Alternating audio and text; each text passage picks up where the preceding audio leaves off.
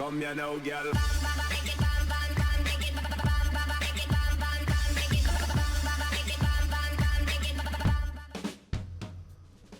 Hello and welcome to What's Map, your one-stop shop for everything workshop. I'm BonBonB and you're very, very welcome. Well, it's Tuesday. Tuesday's request day. Today's map was requested, but I've lost my record as to who it was. I'm sorry about that. If this was you, let me know in the comments and I'll give you a little nod back. It was a very good choice. Thank you. Today's map is an older one. It was first released back in December of 2015, updated in 2016, and actually I'm using the updated version of the map because it does kind of put to bed a couple of the concerns that popped up in the comments. So well done to the map creator for listening to the commenters and actually putting things right. Speaking of listening to people and doing things right, that's right, clicking that like button really does support the channel, gets me seen by more people and helps me grow a little bit more every single day. Thank you for your support. Today's map is a Great Lake Boreal by Dabbler. Now, I've chosen a Great Lake Boreal rather than the original Great Lake, which was a European version. Given that this is based, they should start square. It looks perfect. Look at that. Lovely. Well, good placement of the highway intersection there. We have terrain heights look like this. It's based on the Midwest, apparently, which is not European, and that's what the original theme was. Resources look like that. Dot, dot, and a dot. Big chunk outside of the 25 on a map like this. I wouldn't just completely ignore that. And then if you've got Sunset Harbour and you want to do some fishing, it looks like that. Okay, off to the workshop. What do we need? Well, it is 100% vanilla, 100% DLC free. We are using the Boreal theme of the realistic 1.2 LUT. There is a European version there if you want to go with that one. I've chosen not to. There won't be that much of a difference between the two, to be honest with you. Not that much at all. Okay, so it is an older map. We will be talking about a map being made with the old tools, the lack of mods thereon and such. So there will be a few little issues like the wishbone intersection up ahead. It's a little bit on the high side. Easy to shrink down to standard height now, but back at the time, this was absolutely fine, okay? In fact, I think the creators switched to these from they were going to make their own, I do believe. That's how close we are to the edge of the map. We're going to take a little left and head into the map in this direction. Look at the view. Look at the view. It's a proper bowl going on there. River basin. Great view from up here. Again, outside of the 25 tiles here, so it doesn't really matter that much. But in modern days, you can do what you like, I guess. The roads are a little bit untidy. Again, we are a long way out, so does it really matter? If they were taking examples from the original base game maps, they probably was, well, it's good enough for Colossal Order, it's good enough for me. And so, yeah, we won't worry too much about that out there. But now we are into the gameplay area. These areas are fine. This is what we're going to be looking at. Now, the best thing about this map, I feel, is the it's a little bit of uppy down. Do you know what? It's not the worst. We see highways like this across the world where it's a little bit uppy downy, but yeah, it's not the cleanest. If you're looking for a clean highway system, it's not this one. Yeah, what you will like about today's map is the shape. Okay, if you're looking for a nice basic map to build on with a good interesting shape to build on, this could be it. If you're looking to do a big grid city, this could be it. Yeah, we've got little bits like this. Again, this is really easy to fix. I'm not going to fix them all. I'll save it. I'll do one. I think there's a bridge later on that we'll have a go at fixing. But again, using the modern tools we've got today, these aren't really an issue at all. And so let's not criticise Dabbler too much on these little errors. We'll have to mark down, obviously. Now look at this perfect looking bridge, okay? How's that look? Is that perfect looking for you? Yeah, but it's not, is it? Nah, it's not, is it? Let's have a little look. There it is. Oh, we've got a missing pylon. So we've got suspension on 3 sections. It's perfect. No, it's not perfect. And then we've got an elevated section down here as well. It's a bit of a mishmash of suspension and elevated. Again, very quick and easy to fix using the modern tools. So it'd be no problem for you to put right. Down here, start square intersection, another plopped wishbone intersection. And we'll get to the custom build intersections a bit later on. And somewhere down here should be A lovely, lovely, lovely, lovely, lovely, lovely asset of the day. Liking this a lot. It's St. Mark's Church, Zagreb, Croatia by Raccoon. Raccoon, thank you. There aren't enough assets like this one on the workshop, and while it's not necessarily the highest quality in terms of texturing and modelling, it's still good enough for most city builds. And look at this now. Thank you very much, Croatia. This is how you tile a roof. I know it looks a little bit knitted, but I don't care. I don't care. This is exactly the sort of asset that we need more of on the workshop. Not every asset has to be 100% or even 200% beautiful. Sometimes this is good enough. Factoids, because factoids. Catherine de Medici, I'll get that out, Medici probably, drilled a hole in her bedroom floor so that she could see her husband making love to his mistress in the room below.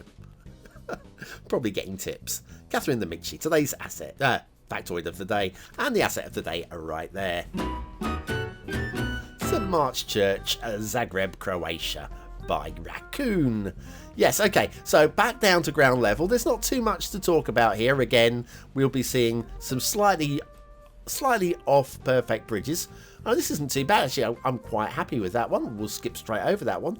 We could say it's not perfectly aligned, but I think it works perfectly, so let's just let that one be. And then you've got little divots like this that it could be, the whole section there could be elevated, and it wouldn't have to be perfectly aligned either. It just needs to be elevated and straight and flat. Again, easy to fix using the current tools. Now we're heading off towards the edge of the map. There will be another intersection. Now this is where I was talking about plopped intersections. We've got two plopped ones, but this one's been handmade, or certainly appears to be handmade.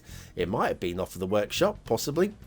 I feel that this was a good effort, a valiant effort, but I think I prefer the Vanilla Wishbone, to be honest with you. It's, yeah, 3 lanes into 6 lanes, 6 lanes into 3 lanes, bit clunky on the ramps. I mean, it's a nice thing to see, somebody having a go at making an intersection, but it didn't work, and I applaud them for realising this and for switching over to the vanilla stuff. And again, we're well away from the start square, so nobody's going to care there. Perfect-ish bridges, slight alignment issues, but it's not the worst again. Actually, this could be... Oh no, here we go. This one is in a divot. This is the one we're going to fix. Again, using today's tools, so don't criticise Dabbler for this one. Using today's tools, it would be as simple as a bulldoze tool he had before. I actually want to put an extra node down here, so I'm going to pop a node in there. Using Electric's road tools, delete that one. So it's all roughly aligned, those nodes. And now we're going to go for an elevated bridge. I'm not going to go suspension. It's too small for a suspension in my opinion, my honoured opinion there. We'll do is we'll just drag that elevated, thank you, there to there, and there to there. And I think that will do lovely. It's as close to perfect as we're going to get without spending another couple of minutes on it. So anyway, that's all good, isn't it? That's all good. If you want to fix things, you can. It won't take you forever to do so. Got another little bridge over here. Droopy bridge, for that matter. Let's have a little look at the rail. Now, the rail in the hills is a little bit uppy-downy. There is one here, the crest of the hill, right there. That's and ugh as well. Don't be expecting beautiful rail here. It's not going to be. It's going to be, from here, it's going to be sufficient. And sufficient is fine. Okay?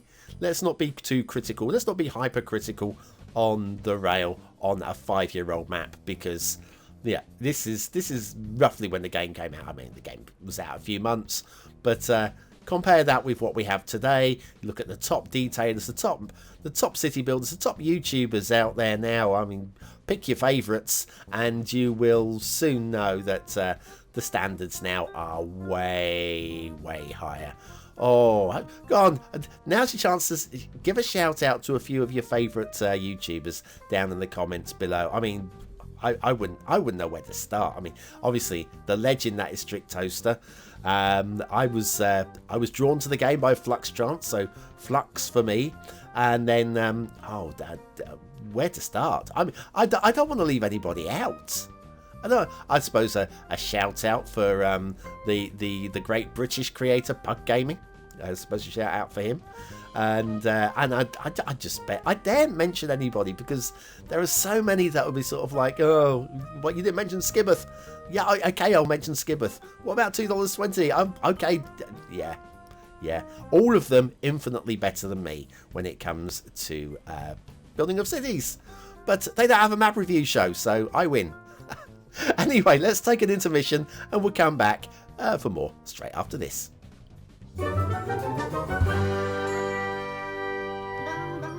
Are you confused by all those buttons running along the top and bottom of the screen? And what was that icon for again? Does anyone know? Then you need BonBonB's Beginner's Guide to the User Interface. Click the information button now.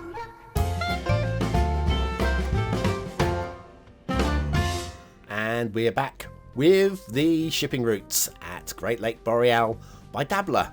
Yes, this is the Great Lake. The Great Lake. And it has a shipping route that comes in from the side. And then we'll head off down this way, off to the edge of the map, which is fine. It'll do fine. No problem with that one. Got a slightly bigger problem with the other one, though. Just not a huge problem. Some of you will say, no, this works for me. But what we have, in fact, let's have a look at both of them. We've got two here. And where do you think these are going? And if you're going to say, no, they'll loop back on each other, well, you would actually be 100% right. We've got ships crossing over here. Every ship coming in is going to loop around into your harbour and back out, whether it wants to or not. I would just be quite happy with a single line going in there without even a loop. That would do fine for me. What about water flow? Let's pull back and have a look at the water flow. This is your river over here. Right, water.